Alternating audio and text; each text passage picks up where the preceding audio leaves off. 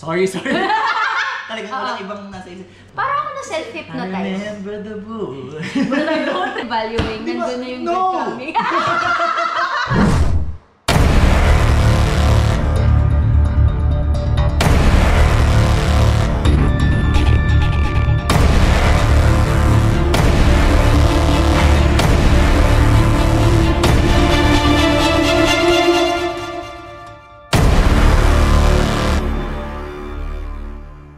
Welcome again to my channel. As promised, I will tell you.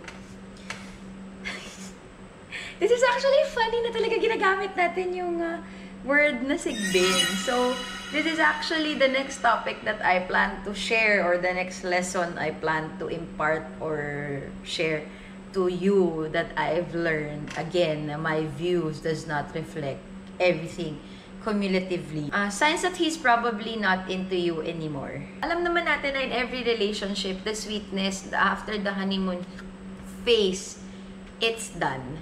So, after the honeymoon phase, after all the love bombing and the future faking, it's done. That's the time na magkakakilala talaga kayo dalawa as a person. So, nag-doorbell sila. Hello, welcome back. Sorry, nag-doorbell sila. So, naputol yung So, isama na natin sila sa usapan. So, pinag-uusapan ko kanina, mag-isa. Ang dinadada ko, mag-isa. Annyeong! Dami distraction! Ang dinadada ko, mag-isa. Ito, you're gonna love this topic. Jared. I feel like si Jared makaka-love nitong topic. Oh my gosh, more go! than Jazz. Or baka may hidden surprises si Jazz. Hindi. Okay, the topic is, sabi ko kanina, signs that he is not to you anymore. So, kasi we're talking about the sigbins here, aka the Gen Z term for yung mga cheers. So, for Jared, it's trashy. So, trashy siya. So, nasabi ko na sa kanila, like, parang baka nila love bomb sila. So, we're already in the part na, kung ikaw yung nasa relationship with a sigbin, paano mo malalaman na ginagawa ka ng backup or replace? Signs he's not into you anymore. As I said, yung ibang mga sigbin, may threshold ng yung iba 3 months magpapalit agad. Yung iba 6 months magpapalit agad. Yung iba 1 year, 2 years, yung iba 6 years bago magpalit or bago magsawa dun sa supply nila. So, supply. So, yun ang tawag ko na parang yung mga babae, supply of their ego eh. Kumbaga parang di ba nga, sigbin is sucking blood out of their victims. By experience, kumbaga we're just going to side comment on my learnings, kumbaga na first is, yung kasi di ba they love bomb you, they give you all Disney princess treatment as everybody wishes for. Ako kasi parang the devaluing stage na yung for me, I call it the devaluing stage. So, syempre, pag nilove bomb ka, you feel so important, diba? O, pag nilove bomb ka, binigay sa'yo lahat, you feel so important. So, there will probably come a stage that what used to be, he does to make you feel all loved, special, important. The queen of the world, the one who he will marry for that, is hindi na siya gagawin. Bigla siya para alam mo yung shutdown. May term doon eh. Nagsha-shutdown na slowly nagwi-withdraw na siya from the love bombs. Abruptly. Yeah. Or you see the changes. Parang slowly. In my experience, it was slowly. For some, there is a very gradual. Abruptly, as in biglang cold na one day. Di ba ghosting na yun? Pero kasi, iba naman sa atin. Long term ka kasi. So, oo, totoo naman. Long term naman talaga. Long term naman talaga na parang pag-iisipan niya pa yung paano yung gagawin. Okay. And speaking of, kung pag-iisipan, siguro yung iba, tingnan natin kung itong mga na-experience natin is na-experience ng ibang girls or those na in a relationship with a sigbin. Not necessarily girls, can be boys, can be our LGBTQIA friends, na kung sigbin nga talaga yung karelasyon mo, most probably, kung dati every week kayo nagpupunta sa sinehan, ngayon, once a month na lang. Or kung every week kayo lumalabas, sinasabi na niya na ang mahal na ng restaurant, hindi pwede laging restaurant, ganyan. For you specifically, pag yun ang naaapektuhan, kasi part ng love language mo na parang Very good. Very good yung thought niya actually. Na parang hindi na niya tinatamaan yung mga usual na alam niya. Favorable na love language. That's a better term. Kasi sa iba sasabihin lang, kasi yung buhay lumalago Kumbaga nagkakaroon ng ibang affiliations. Merong mga ganap sa labas na nagpapatong-patong. Sorry. Talagang walang ibang nasa isip. Success comes along with your, relationship. So parang yung iba, hindi, ganun lang. Lumalago lang yung life. So we need to change the lifestyle. Pero kasi, yung dynamics niya kung nagbago, knowing fully well na dun siya nag-start. Oo. Or also, it's part of the process na since nga siguro si Sigbin is may nakita na siyang second supply at mukhang backup ka na sa mundo niya, na parang nagiging point of comparison ka na din. Syempre hindi ko malalaman nung ako yung nandoon. Pero parang na-realize ko siya na kapag nandyan na yung next, nakikita mo kasi that the next one is trying so hard to be you. First, ang nararamdaman mo lang is yung shift, di ba? Yung shift, oo. Ako ang nararamdaman ko na shift, personal sa experience ko, ang nararamdaman ko na shift is biglang parang yung mga dating easy na lang, yung mga dating nilalambing ko is out of consideration na siya. So parang I have to beg for it this time. Parang ganon. So that's probably one sign na yung parang devaluing na. And it's... Yung na-cultivate na dynamic biglang nagbago. Oo, na parang hindi na siya katulad nung dati. It comes to a point that the presence also is being withdrawn. Na parang hindi na ako yung priority. Presence. In my case, honestly, it's a mobile game. Na parang, honestly for me, it's a mobile game. Na parang same pattern na nung feeling ko hindi sila into me na, mas nag-aaksaya sila ng oras sa mobile game kaysa magpa-sweet-sweet sa akin. As in, into mobile game sila. And yung una, sabi ko, yung una, di ba usually yung... Sabi walang originality ang guy na yan. Napakapalasak ng approach niya. Hindi ako sa nagsiselos ako sa mobile game na parang ang petty, di ba? Tapos syempre dahil nagsiselos ka sa mobile game, mukhang ang petty mo, wala kang ang babaw mo naman, ganun. But no, it might be also a way to, distract their attention kasi nga parang siguro nasusuka na sila sa space with me. So parang dinadivert na lang. Hindi magsastart ng ganun yung behavior mo kung wala siyang ginawa na nahilang. The second time na I went through the Sigbin attack, ako naman, trinay ko na hindi magselos sa mobile game kasi na ang declaration ng mga tao ay at least nagmo-mobile game kaysa nagpapabae. Diyos ko po, that's a bare minimum. Like, parang ganun yung naging dynamics ko nung second na parang sige, huwag na natin pagselosan si mobile game. Talo niya sila. Kasi siya nagawa ni Boot.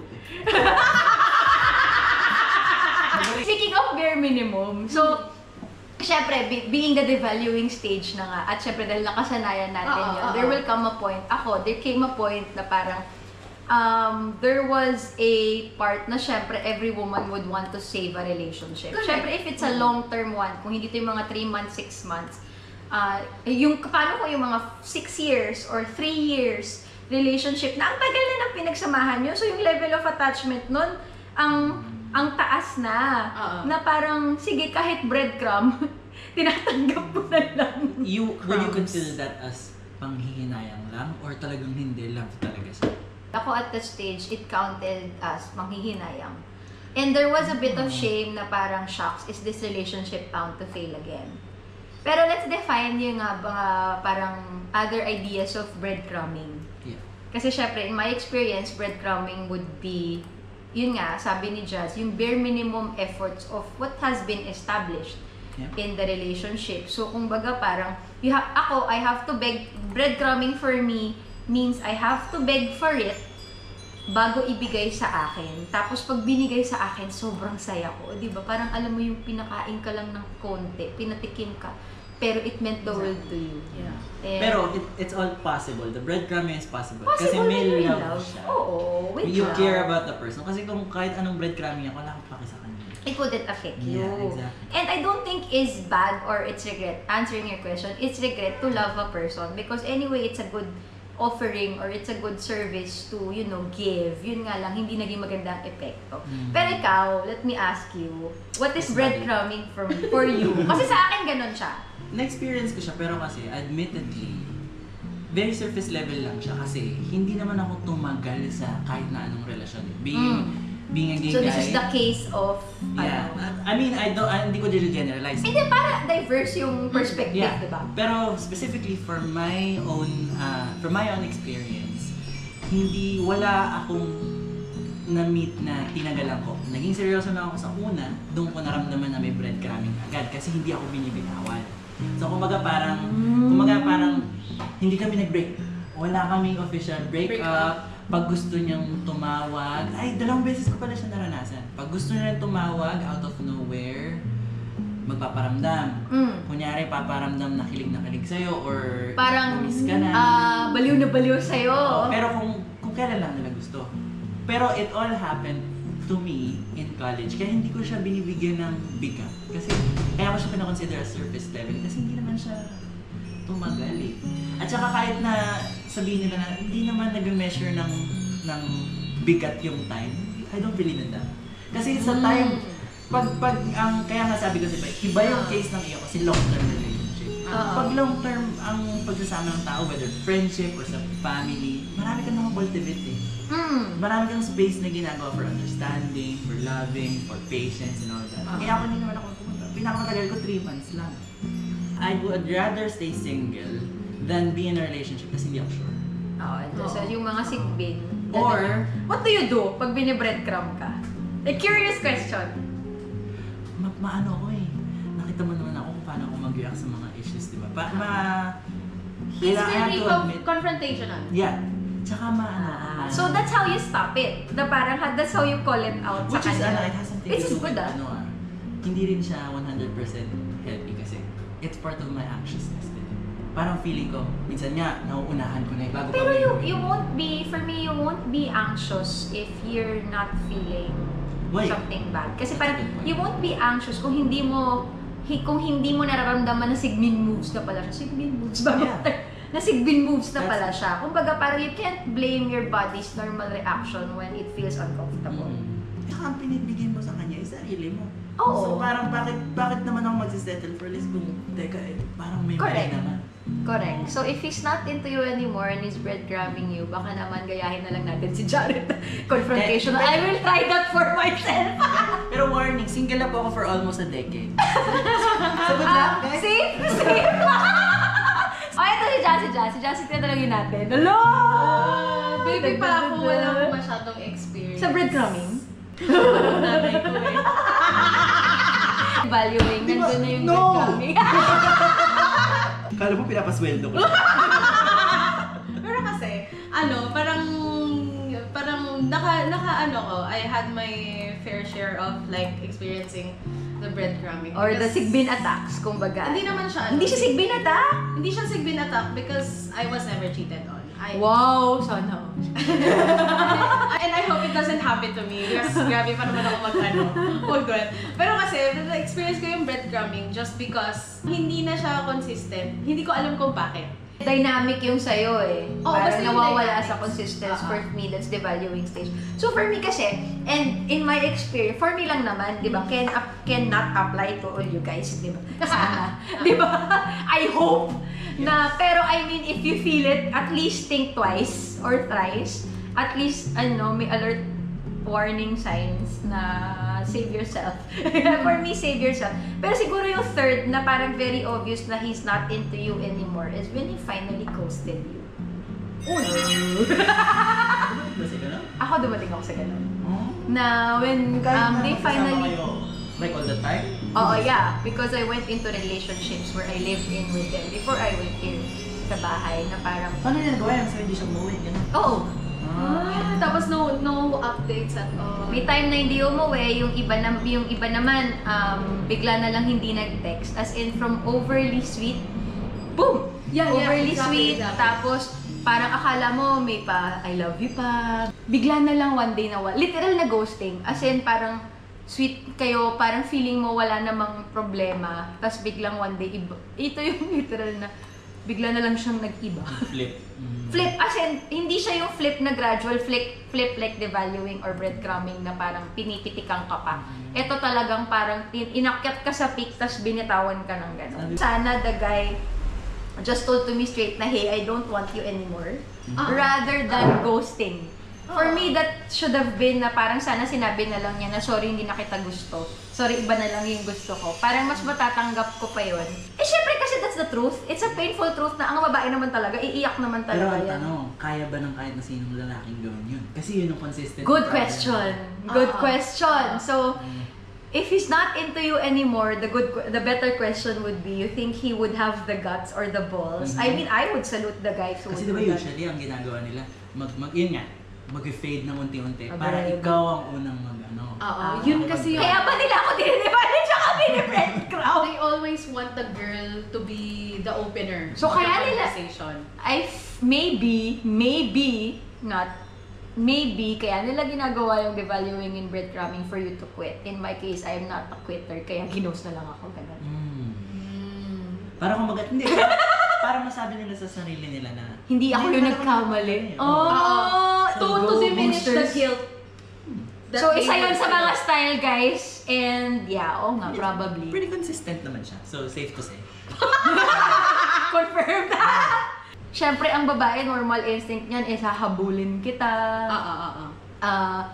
Hindi, ano yung mangyari? So, yung babae, syempre, pag nagde-detach, nag-whirly-whirly yung utak niya. In my case, I endured up to, ang tanga ko. Kasi I was already undergoing so much anxiety attacks that I couldn't sleep anymore. Na, as in talagang, to the point that I consulted a psych already. Kasi nga, I needed to sleep. Ang lamig-lamig na ng katawan ko, tapos nasusuka na ako. Question na parang 3 weeks. Is resentment open for this discussion or some other? Yeah. Okay lang na. Resentment, ibig sabihin galit. Yung aftermath. Kasi I wanna ask if... That's a good question. Yeah. That's a good question. Kasi siba, we're talking about... If you're looking at the situation that happened before, di ba yung pang... Sorry. Do you feel like you can still appreciate the experience, the love that happened then? O talagang galit lang ako sa kanya? I don't care. I actually forgot the feeling that existed in that duration of the So relationship. hindi mo na siya na-appreciate at all? I know it existed, but I cannot remember. Parang ako na self-hypnotize. I remember the bull. But I don't remember the feeling. Galit. Walang risk na parang magiging mahina ka naman, parang titiklop ka. Wala. Bro. Wala na. Parang, siguro na max out nila ko that way. It's a nila. Parang, I'm not sure if I'm able to forgive yet. That's the question mark in my current... Kasi ang consistent team ng tao in general is we are pretty inconsistent. Parang hindi natin alam kung kailan tayo magiging fickle-minded. And, minsan kasi talaga yung mga sigbin na yan, tinitrigger ka nila. Actually, may advantage sila. Why? Because they know your weakness. You've opened up yourself to them. So, they will probably, attack you in the weak points. It's not just devaluing. The reason why they know how to devalue you, breadcrumb you, and ghost you is alam nila kung saan ka titirahin. Saan nila kukunin. Oo. He's probably really trying to shake you off already because may next na nakikita. In my case, sadly, lahat sila no closure. Lahat sila parang nagising na lang ako na one day. Parang thinking about the fact na, minahal mo ba talaga yung tao kung nakaya mong gawin yung mga ganyan? That's a question we leave to the sigbins. Maybe we should catch a sigbin. Kasi a lot of them claims to. Halika dito, sagutin mo yung mga tanong namin na parang... They claim to do so, di ba? They claim to do so, but... Well, I haven't really talked to one. Parang self-relief na lang nila na, wait, minahal ko yun. Alam ko, minahal ko to eh. Kaya nga, grabe yung ginawa sa akin eh. Kaya nga, parang gina-justify pa nila yung ginagawa nila. Sometimes it happens eh. Pero ako, I'm sure na if you ask me as a victim, nung mga sigbin attacks na yan, na I can confidently say na even if I cannot recognize, some of the feelings anymore, I'm sure it was love that I really gave, genuine and true. And if hindi nila napahalagahan yun, then That's on them. That's on them. A good step when it comes to healing and recovering from the attack. You have to acknowledge also the good that you gave at least. Diba pa pinapatawad nga dapat natin yung mga sarili natin, diba? We're supposed to forgive ourselves, and you wouldn't be able to forgive yourself if you do not acknowledge both the good and the bad. And most probably, may mga, like, we're all not perfect human beings. Most probably, may mga pagkukulang tayo sa relationship. Meron din naman tayong ino-a na bigay. So, I think for me, I'd be grateful na I gave my best in the relationship. If it didn't work out, I was willing to accept. It's not just sigbins don't tell you. Yun lang naman yung parang gruesome part ng mga sigbin. Grabe sila kumagat. Bloody.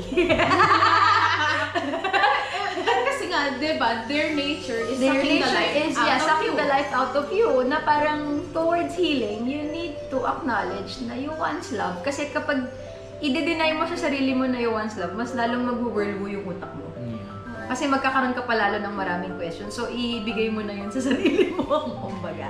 That's probably some of the points to consider. Kasi there's no concrete and specific. I mean, sigbins are also unique in their own way. Kapag nakakuha na sila ng quote-unquote, Or baka nga nakuha na, kaya niya ginaganon, diba? So, kasi sometimes, diba, they keep the girl na talagang officially they're in a relationship with, and then they keep this just in case hindi mag-work yung next, mabalikan pa. Maraming mga ganong sigbin, di ba? Maraming kinds ng sigbin, guys. You only do that when you're dating. You consider your options. Pero We pag would advise them to do that, but it Pero exists in committed relationship, ha? That's parang awa nyo na, maawa naman kaya. Cliche pakinggan yung hanggat wala kang naaapakan tao. Cliche pakinggan, pero totoo siya. Kung ikaw, ang natatapakan mo lang is yung sitwasyon mo, yung pagkatao mo na tingin mo nasisira ka, nagiging destructive ka, okay lang yun.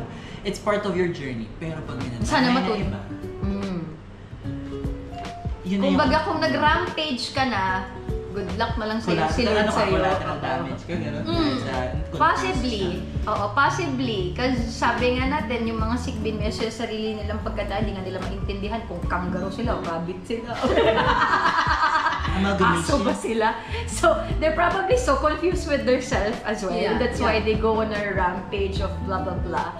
Yung iba may delulu. Like, some of the ones who were left The ones, some. I encountered some na may mga rason sila na ito yung next na i-discuss natin na parang, can love change the sigbin? Kumbaga, in the Frog Prince, can true love's kiss make him human and can never frog? So, let's save the